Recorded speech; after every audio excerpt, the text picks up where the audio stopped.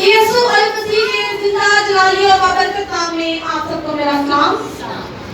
میں آپ سب کی شکر گزار ہوں کہ آپ لوگوں کے گھر تک ہم گئے، آپ لوگوں کو انوائٹ کیا اور آپ لوگوں نے یہاں شرکت کی۔ خدا کا کلام سننے کے لیے جتنی بہنیں یہاں موجود ہیں، میں آپ سب کو برکت دیتی ہوں اور ویلکم کرتی ہوں۔ اس سے بیشتر کہ میں خداوند کے کلام کی جانب بڑھوں، خداوند کا کلام جو لا تقدیر، لا خطا، معتبر، بند گونے کو چیرتا اور روح تک سرایت کرتا ہے، اس زندگی بخش کلام کی عزت کے لیے اپنی گردن کو خم کرتی ہوں۔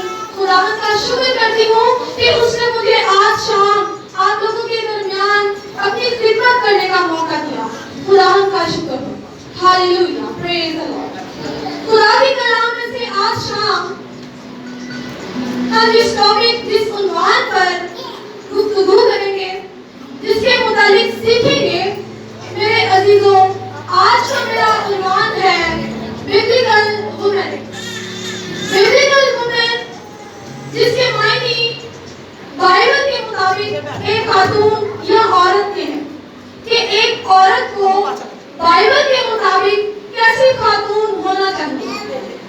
آئیے ہم خداوند کی زندہ باد کلام میں سے اس سے بیشتر کہ بائبلی خواتین کے متعلق سیکھیں، ہم بنیادی خواتین کے کردار، خصوصیات اور ان کی خواہشات پر روشنی ڈالیں گے اور خداوند کے پاک کلام میں سے سیکھیں گے۔ آئیے خداوند کے زندہ باد کلام میں سے پیدائش کی کتاب، اس کا 2 باب، اسی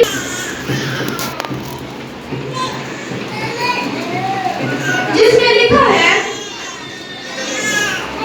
اور خداوند خدا اس پسلی سے جو اس نے آدم میں سے نکالی تھی ایک عورت بنا کر اسے آدم کے پاس لایا، اور آدم نے کہا، یہ تو اب میری ہڈیوں میں سے ہڈی اور میرے گوشت میں سے گوشت ہے، اس لیے یہ ناری کہلائے گی۔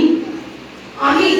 خداوند کے پاک کلام کا پڑھا، سنا، سمجھا اور قبول کیا جانا ہم سب کے لیے برکت کا وسیلہ ٹھہرے۔ آمین۔ پریز دی لارڈ۔ میرے عزیزوں، جیسا کہ ہم نے اس آیت، اس پیسج کو پڑھا اور اس میں میں نے 3 باتیں جو آغاز کی ہیں، اس میں اس آیت میں 3 کردار نظر آتے ہیں، جس میں سب سے پہلے کریٹر خدا باپ جو بنانے والا ہے، اس کے بعد آدم جسے بنایا گیا، ایک کریشن، تھرڈ ون جو نہایت ہی اہمیت کی حامل ہے، وہ ہے عورت، جسے آدم کی پسلی سے لے کر تخلیق کیا گیا۔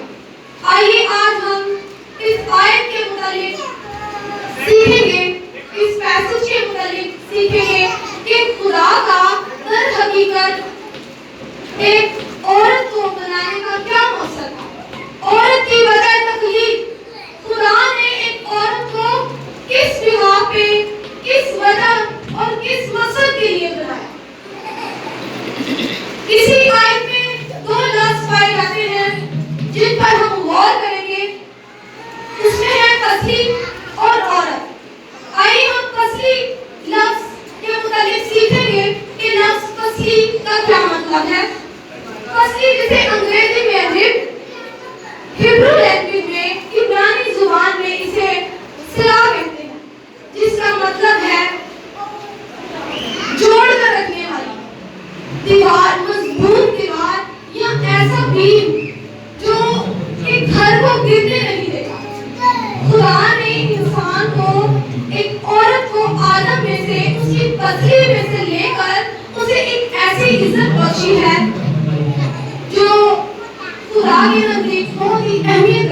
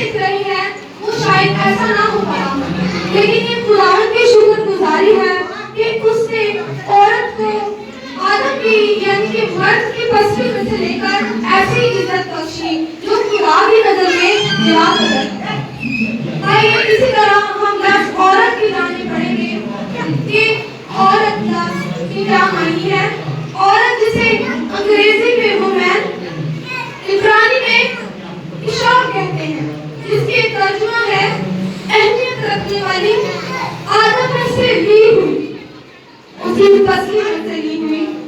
خدا نے عورت کو آدمی کے دل کے قریب یعنی اس کی سائڈ کی رب میں سے، اس کی پسلی میں سے لے کر اسے ایک عزت بخشی ہے، اور عورت کا در حقیقت جو معنی ہے وہی عزت، ایک قیمتی چیز، ایک تحفہ۔ اور خدا نے مرد کو جب عورت کو دیا ہے، مرد کو تو ایک گفٹ کے طور پہ دیا ہے۔ اور آج بھی ہم دیکھتے ہیں کہ ہمارے معاشرے میں جب ہم اپنی بیٹیوں کو بیاتے ہیں تو ہم جو ہے ایک لڑکے یا ایک آدمی کے ہاتھ میں اپنی بیٹی کا ہاتھ دیتے ہیں اور اسے ایک تحفے کے طور پر پیش کرتے ہیں۔ یہ خداوند کی طرف سے ہے، ہم خداوند کا شکر کرتے ہیں۔ اور اسی کے ساتھ ساتھ ہم دیکھیں گے کہ عورت کے کردار اور خصوصیات اور خواہشات کیا ہے، اس میں ہم عورت کا جو کردار ہے اس پر کچھ روشنی ڈالیں گے کہ عورت کا کردار کیا ہے، وہ اس معاشرے میں کیا کردار ادا کر رہی ہے۔ ایک عورت ایک بہن ہے، ایک بیٹی ہے، ایک ماں ہے اور ایک بیوی کا رول ادا کرتی ہے، اور بھی دیگر کردار ادا کر رہی ہے۔ اور میرے عزیزوں، ساتھ ہی ساتھ اگر دیکھیں تو ایک عورت میں جو خصوصیات پائی جاتی ہیں، جو کریکٹرسٹکس ہیں اس کی، وہ ہے ایک عورت نرم دل، ہمدرد اور تحمل کرنے والی اور جذباتی سمجھ بوجھ رکھنے والی۔ بے شک سم ٹائم عورتیں جو ہیں وہ جذباتی ہو جاتی ہیں، کیونکہ ایک عورت جو ہے انسان ہے، اس کے اندر ایموشنز ہیں، دکھی بھی ہوتی ہے، پریشان بھی ہو جاتی ہے۔ وہ خدا نے اس کے اندر بہت سی کریکٹرسٹکس، بہت سی خصوصیات رکھی ہیں جس کے بنا وہ اس معاشرے میں زندگی گزارتی ہے۔ اور اب ہم جو سب سے اہم بات ہے وہ ہے خواہشات۔ ایک عورت کی خواہشات پر نظر ڈالیں گے۔ کلام ہمیں خواہش کے متعلق کیا تعلیم دیتا ہے؟ ایک عورت کی بہت سی خواہشات ہو سکتی ہیں، جن میں ذاتی تکمیل، محبت، تعلقات کی خواہش، خود مختاری، آزادی چاہتی ہے، اور بھی دیگر خواہشات ہو سکتی ہیں، جن میں گھر کی خواہش ہو سکتی ہے، عیش و عشرت کی خواہش ہو سکتی ہے، مشہور ہونے کی خواہش ہو سکتی ہے۔ مشہور ہونے کے ساتھ ساتھ میں تھوڑا سا اس کو ایلیبریٹ کر دوں کہ مشہوری میں ہم دیکھتے ہیں کہ ٹی وی چینلز پر یا ٹی وی پر براڈ کاسٹ پہ ہمیں اداکارہ، ہیروئن، ایکٹریس نظر آتی ہے جنہوں نے اپنی خواہش کے خلاف اپنے آپ کو اس کام کے لیے جو ہے وہ دیا، تو وہ ان کی ایک خواہش ہے۔ اور میرے عزیزوں، خدا ہمیں خواہش کے متعلق کیا سکھاتا ہے، ہم یہ بھی دیکھیں گے کہ خدا کا کلام ہمیں خواہشات کے متعلق کیا سکھاتا ہے۔ آیت کے ساتھ دیکھیے، اس سے بیشتر ہم ایک آیت پڑھیں گے، پیدائش 3 باب اس کی 4تھی آیت۔ کوئی پڑھنے میں رہنمائی کر سکتا ہے؟ تب سانپ نے عورت سے کہا کہ تم ہرگز نہ مرو گے، بلکہ خدا جانتا ہے کہ جس دن تم اسے کھاؤ گے تمہاری آنکھیں کھل جائیں گی اور تم خداوند کی مانند نیک و بد جاننے والے بن جاؤ گے۔ آمین۔ میرے عزیزوں، خواہش کا جو مین سٹارٹ ہے، اس کا آغاز، خواہش کا سلسلہ کہاں سے شروع ہوا؟ یہ آیت یہ پیسج ہمیں بتاتا ہے کہ جب سانپ عورت کے پاس آیا، ان کی کنورسیشن چل رہی ہے، ان کی بات چیت چل رہی ہے، اور سانپ اسے بلا رہا ہے، اسے باتوں میں لانا چاہتا ہے، اور کیونکہ اسے پتا تھا عورت کمزور ہے، اسی لیے وہ عورت کے پاس آتا ہے۔ عورت کے پاس آ کر اسے کیا کہتا ہے، جیسا کہ بہن نے پڑھا کہ اس نے اسے کہا تم ہرگز نہ کرو گے۔ اگر اس کی باٹم لائنز کو دیکھیں تو وہاں پہ لکھا ہے کہ خدا نے آدم اور ہوا کو جو باغ کے بیچ کا درخت تھا اس کا پھل کھانے سے منع کیا تھا، لیکن آدم اور ہوا نے جو ہے وہی غلطی کی جو خدا نے منع کیا۔ اب کیا ہوتا ہے کہ جب ابلیس اس کے پاس آتا ہے تو وہ اسے بتلاتا ہے اور اسے کہتا ہے کیا تم نے یہ پھل دیکھا ہے کتنا خوشگوار ہے، اور باپ نے خدا نے